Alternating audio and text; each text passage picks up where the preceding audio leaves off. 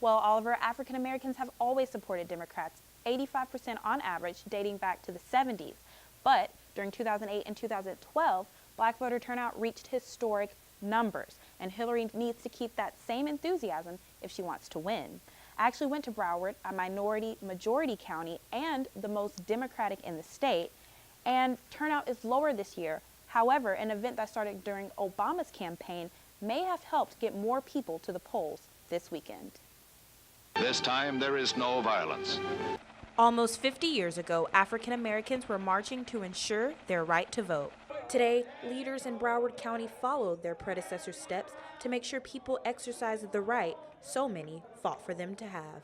After church, city leaders and elected officials gathered together with hundreds of African Americans to walk to the polls a mile down the road to encourage voting, not only amongst each other, but also to passing residents. We want to make sure that we have a strong, robust turnout in every community, but particularly in the Obama coalition communities, of which the African American community is a significant one.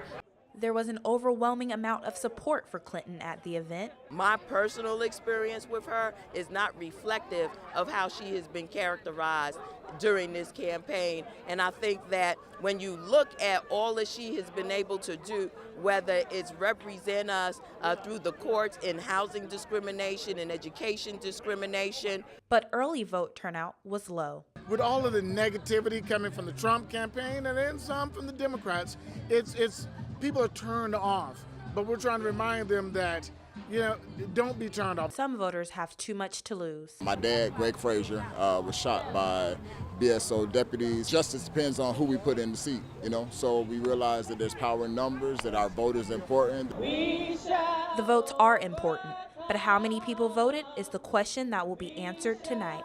For UMTV, I'm Christy Courier.